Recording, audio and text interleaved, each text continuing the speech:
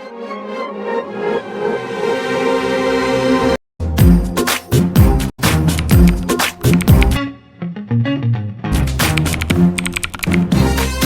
अभी तो रुको, क्लाइमैक्स अभी बाकी है। Hi everyone, welcome back to Shuma's World. You know what? Today is my life's best morning ever. আমার অনেক দিনের ইচ্ছে ছিল যে এমন একটা মর্নিং হবে যে আমি জাস্ট উইন্ডোর কার্টেনটা সরিয়েই আমি দেখতে পাবো পাহাড়। And it's feel like a truly dream come true. তো আমরা এই ড্রিম কাম ট্রুর মধ্যে আমরা 5টার সময় উঠে স্নান টান করে রেডি হয়ে গেছিলাম। এখন বাজে 6টা। এখন আমরা বেরোবো, তো তার মধ্যে আমাদের ম্যাগি সার্ভ করা হয়েছিল, আর সেই ম্যাগি আর পাহাড় দেখতে দেখতে খাওয়া, এই এক্সপিরিয়েন্সটা নেক্সট লেভেলের। অ্যান্ড দেন আমরা ওখান থেকে খাওয়া দাওয়ার পর কিছু ফটোশ্যুট করলাম, কারণ ইটস ম্যাজিক্যাল মোমেন্ট। যে ম্যাগি আর পাহাড় সেটা ক্যাপচার না করলে হয়। এইসব তো ঠিক আছে, এরপরে আসল মজা হলো গাড়িতে গিয়ে, মানে যতটুকু খাচ্ছি তার ডাবল আমি বমি করে বের করে দেবো, কারণ রাস্তার অবস্থা এটা। অ্যাডভেঞ্চার কাকে বলে, সেই ট্রুলি অ্যাডভেঞ্চার আমরা ফিল করেছি। ইস্ট সিকিম আর নর্থ সিকিম যাওয়ার রাস্তা তো আরোই খারাপ, সেটা তো তোমাদের সাথে শেয়ার করব নেক্সট ব্লগে। তো আজকে দেখো আমরা যাচ্ছিলাম ইস্ট সিকিম, আর রাস্তার ভিউগুলো অসাধারণ। ইস্ট সিকিমের রাস্তাগুলো মানে যতটা হাই পয়েন্টে ওঠে ততটা না পুরো সাপের মতো পেঁচানো, মনে হয় সিল্ক রুট পুরো এক্স্যাক্টলি দেখতে। আর আজকের আমাদের টোটাল জার্নিটা মানে যেতে লাগবে ওই 3 ঘন্টা 3.5 ঘন্টা লাগবে। তো আমাদের ডেস্টিনেশনে পড়বে সাঙ্গু লেক, বাবা মন্দির, আর তার সাথে নাথুলা পাস। এই কটা ডেস্টিনেশন ছিল, কিন্তু যেতে গিয়ে যে এত সুন্দর স্বপ্নের ভিউটা দেখে ফেলবো সেটা বুঝতেই পারিনি। তোমরা দেখো জাস্ট কেমন অবস্থা।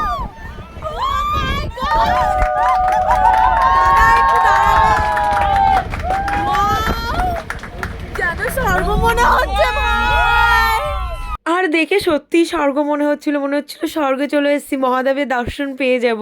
And say this is the Kanchenjunga, the world third highest mountain peak, and it has an altitude 8556 something. Mount এভারেস্টের হাইয়েস্ট অ্যালটিটিউড কত জানো?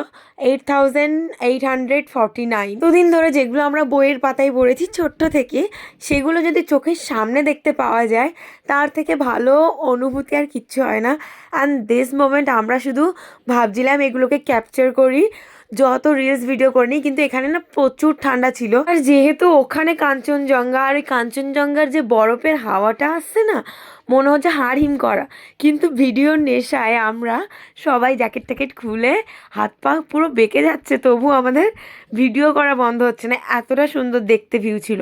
আর আসার সময় তোমরা দেখতে পাবে কাঞ্চনজঙ্ঘা দেখাই যাচ্ছে না, কারণ কাঞ্চনজঙ্ঘা তোমরা যদি দেখতে চাও তাহলে তোমরা এরকম 7টা নাগাদ পৌঁছালে তোমরা একদম পারফেক্টলি ভিউ দেখতে পাবে, বাট তারপরে তোমরা কিচ্ছু দেখতে পাবে না, পুরো মেঘে ঢেকে যাবে। অ্যান্ড দেন আমরা ওখান থেকে বেরোনোর পর এই মোমেন্টটা আসে, আমরা যাচ্ছিলাম নাথুলা পাস। আমরা ফার্স্ট যাবো নাথুলা পাস, দেন আমরা বাবা মন্দির ব্যাক করবো। অ্যান্ড মনে হচ্ছিলো আস্তে আস্তে পুরো মেঘের দেশে চলে যাচ্ছি। পিকগুলো দেখছো ব্ল্যাক ব্ল্যাক মাউন্টেন, এটা ব্ল্যাক মাউন্টেন না, অ্যাকচুয়ালি এখানে বরফ পড়ে পড়ে এরকম হয়ে গেছে। And then we are in Nathula pass. তো নাথুলা পাস হলো চায়না বর্ডার, যেটা হলো চায়না বর্ডারে এসে আমাদের মনে হচ্ছিল শ্বাসকষ্ট কাকে বলে এখান থেকেই শুরু, ঠান্ডা কাকে বলে এখান থেকেই শুরু। Hello madam, hello.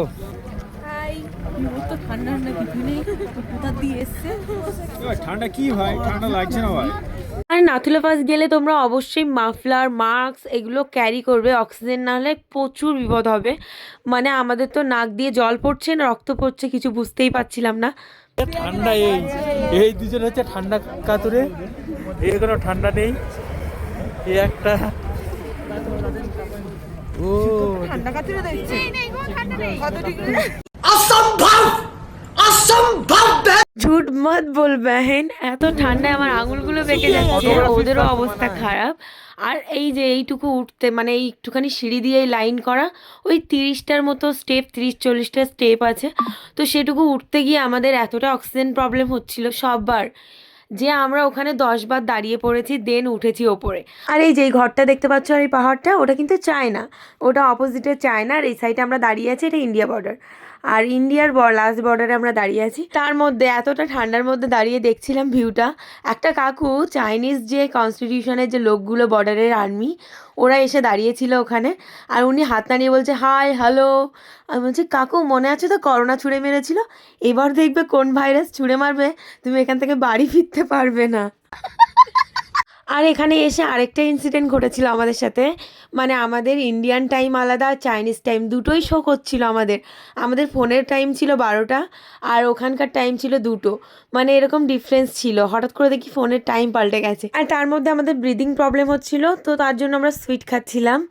আর চকলেট নিয়ে যাবে তোমরা যখনই যাবে, হাই অ্যালটিটিউডে উঠলেই না চকলেট, পপকর্ন, এগুলো কর্পূর দরকার পড়ে। তো আমরা অনেকটাই প্রিকশন নিয়ে গেছিলাম। দেন আমরা পৌঁছে গেছিলাম বাবা মন্দির। অ্যান্ড বাবা মন্দিরের এই রাস্তাটা ভীষণই ভালো লাগছিল আমাদের, আর কারণ ছিল এখানে একটু রোদ্দুর ছিল, তো আমরা এখানে অনেকগুলো শ্যুট করব বলে ভেবেছিলাম। সবাই আমাকে ওয়ার্ন করছিল বেশি দৌড়াস না, ভিডিও পরে করিস, সেখানে ব্রিদিং প্রবলেম হচ্ছে কিন্তু এখনও না। লোকের ভালো কথা আর অ্যাডভাইসেস না শুনলে যা হয় না, এবার মাথা ঘোরা বমি দুটো স্টার্ট। দেন আমরা 15 মিনিটস রেস্ট নেওয়ার পর আবার শরীর ঠিক লাগছিল। দেন আমরা ঢুকলাম বাবা মন্দিরে। আর বাবা মন্দিরে ঢুকে আমরা পুজো দিতে পারিনি, কারণ ওদেরই সোলজারদের কিছু, মানে আর্মির কোনো লোক, হায়ার অফিসার কেউ এসেছিলো, অনেক লোকজন এসেছিলো বলে মন্দির বন্ধ ছিল 2 ঘন্টার জন্য। তো আমরা ভাবলাম এখানে আর টাইম ওয়েস্ট না করে আমরা অন্য ডেস্টিনেশনে চলে যাবো। আর বাবা হরভজন সিং এখনও এখানে ডিউটি করেন, মানে ওই জন্য এনাকে এখানে পুজো করা হয়। তো আমরা এখানে কিছুক্ষণ দাঁড়ানোর পর এখানকার আর্মিগুলো ভীষণই রেসপেক্টফুলি বিহেভ করে, খুবই সুন্দর।